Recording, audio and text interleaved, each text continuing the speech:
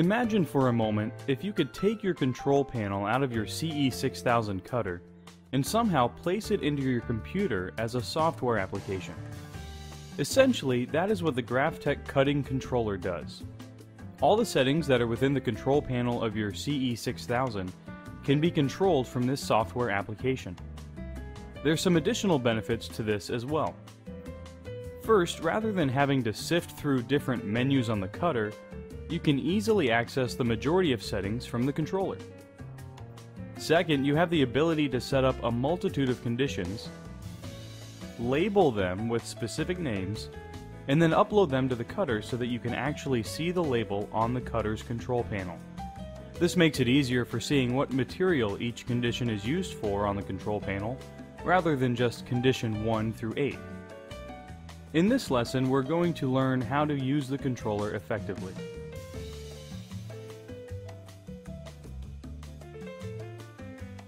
Next, we'll install the controller software. To start, insert the CE6000 DVD into the DVD drive. Click Run Multi-Setup. You may get this User Account Control message asking if it's okay to install the multi-setup application. Click Yes. This will open the CE6000 software installation application. Click on the Install CE6000 software button and follow the step-by-step process.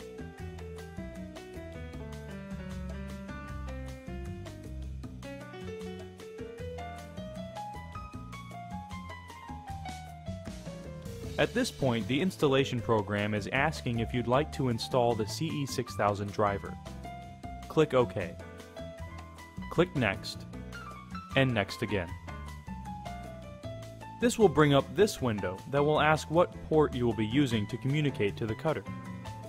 Choose the port you'll be using. In our case, we will be using the USB port. And then click Next. Once the driver is installed, click OK. This will bring us back to the main menu. Click Exit. Finally, turn the cutter on. Initialize the cutter by pressing the 2 key for Roll 2 on the control panel. To open the plotter controller, click Start at the bottom of your PC window, then click All Programs. Scroll down the list to find Graphtec Cutting Plotter Controller for CE6000. Click on the folder, and then click on the application. This will start the Cutting Plotter Controller, or controller for short. Probably the most powerful feature of the controller is the media list and conditions. The controller allows for 100 different media type presets. Any one of the media type presets in the media list can be assigned to one of the 8 conditions of the cutter. Let's first go over setting up individual media types for the media list. First, we'll click on this Edit Media List button to examine all the different media types in the list. You'll notice that there are 9 types of media in the current list here. Most of these are common medias that would be cut in a typical sign shop. Take note though that the 9 media types may not necessarily be configured to a certain type of media such as vinyl or reflective, but can be configured for a type of cutting. For instance, notice at the bottom of the list there's a media type preset for cutting smaller letters. If you look across, there are different columns of settings, such as speed, force, acceleration, and blade type for each of the media types. By using the scroll bar below, we can scroll to the right and view the other variables for the selected condition. For instance, we can check if tangential emulation is enabled for that condition or not. The buttons on the far right-hand side feature choices of whether we want to create a new media type, edit a media type, delete a media type, and if we want to copy a media type. Let's start by creating a new media type. When creating or editing media type, always load that media into the cutter prior to configuring the media type settings, so that a test cut can be performed later. If you notice on our list, we have the media that's labeled outdoor vinyl. Perhaps though we have 2 types of outdoor vinyl. So what we'll do here is create a new outdoor vinyl media type and label it with the manufacturer and model type. Then we'll take the current outdoor media type and rename it to reflect the manufacturer and model type. So first we'll click on the New button. That will bring up this small window which allows us to enter the settings for that type of media. The first entry is the name of the media type. In this case, the label will be Arlon DPF 4500GX. This type of vinyl uses a standard blade, the CB09U. We'll set the force at around 14, and the speed will set to a 45. The acceleration will keep the same since it's a standard type of vinyl. Next we can check the settings by pressing the Test Cut button here.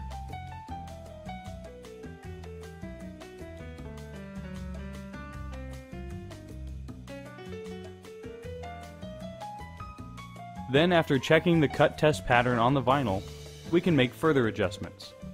Or we can just click OK and it will add this media type to our list. Let's now go ahead and take the other outdoor vinyl media type, adjust the settings, and then rename it to the media's manufacturer name and model number. First we select the media type, then we click on the Edit button, and here we can make the adjustments. In this case, the force is a little too low, so we want to raise it up to about 15 or 16. Next we'll rename the media type with the manufacturer's name and model number. In this case, we'll call it the Arlon DPF 456 GTX. As you can see, this is a pretty simple process. Let's test these settings by pressing one of the 3 test cut buttons. The top one will cut the test pattern 3 times, each with a different force. The middle will cut the test pattern 3 times, each with a different offset. The bottom one will cut 1 test cut pattern. In this case, we'll use the bottom one again.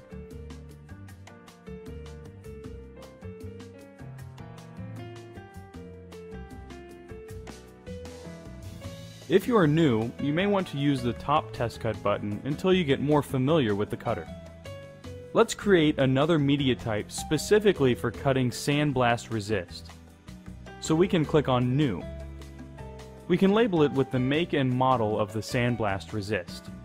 We will set the blade type to a CB15U K60, which is a blade that is specifically designed for cutting through thicker materials, such as sandblast. By the way, if you don't know what blade type to use, there's this button, About Blades. Clicking on it will open up another window where it gives us a matrix of blade types, blade holders, and their part numbers. Next, we'll set the force to around 25 to start with, the speed at 20, and we'll lower the acceleration to 1 for better handling of the corners. With these type of thick materials though, we want to take advantage of some of the other condition settings such as tangential emulation and overcut. To access these settings, use the Advance button at the bottom of the window. When this button is clicked, it will reveal the more advanced settings for the conditions. Let's go ahead and enable tangential emulation by setting it to Mode 1. In the lessons about conditions, we learned that Mode 1 will overcut on each corner, whereas Mode 2 will only overcut on the start and end point of each cut element. Let's increase the overcut value to 0.1 for both the start and end points.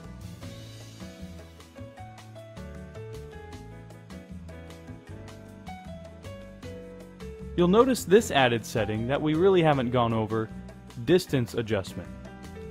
This is a value that corrects any deviation in the length of the cuts or plotted segments. These deviations can occur depending on the media being used. This value is specified as a percentage of the total distance.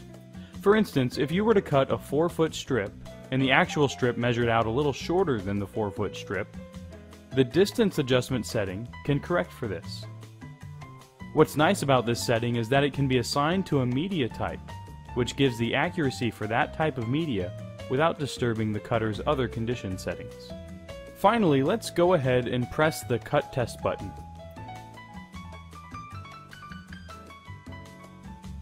Check the cut pattern, and if everything checks out, we can click OK.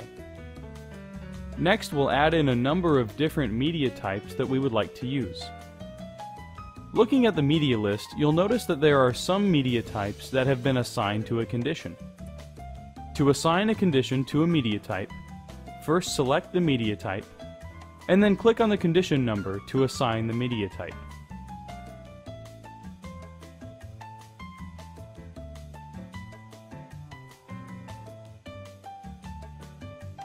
Once the media list has been set up with the media types and the condition number that they're assigned to, we can just click Close and get back to the main controller menu.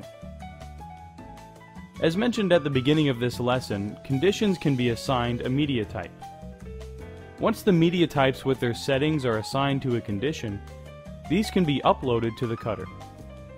This is one of the more powerful features of the CE6000 and its controller. Once clicked, it will then overwrite the cutter's 8 current conditions, 5 if the cutter is in simple menu mode. By clicking on the Upload Setting to Cutter button, the new condition settings will be uploaded to the cutter. As you can imagine, this is obviously a much more efficient way of setting up the conditions in the cutter. When you are through with this video, we suggest that you open up your controller and set up the media list with all the different medias that your shop uses. This way, for the media types that you use more frequently, you could quickly assign them to their respective conditions and then simply upload them to the cutter. If the 6 buttons here look familiar, they should be. Recall that when the pause menu button is pressed in ready mode, this screen appears. These buttons on the controller will allow you to adjust the same settings as found on the cutter's control panel when the pause menu key is pressed.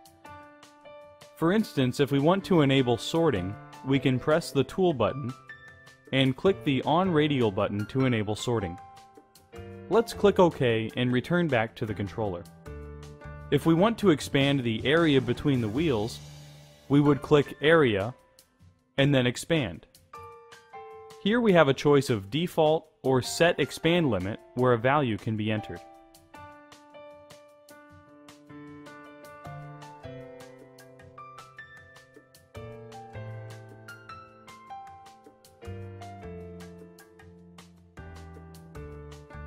As you can see, the controller is as if you have a virtual version of the control panel on your computer.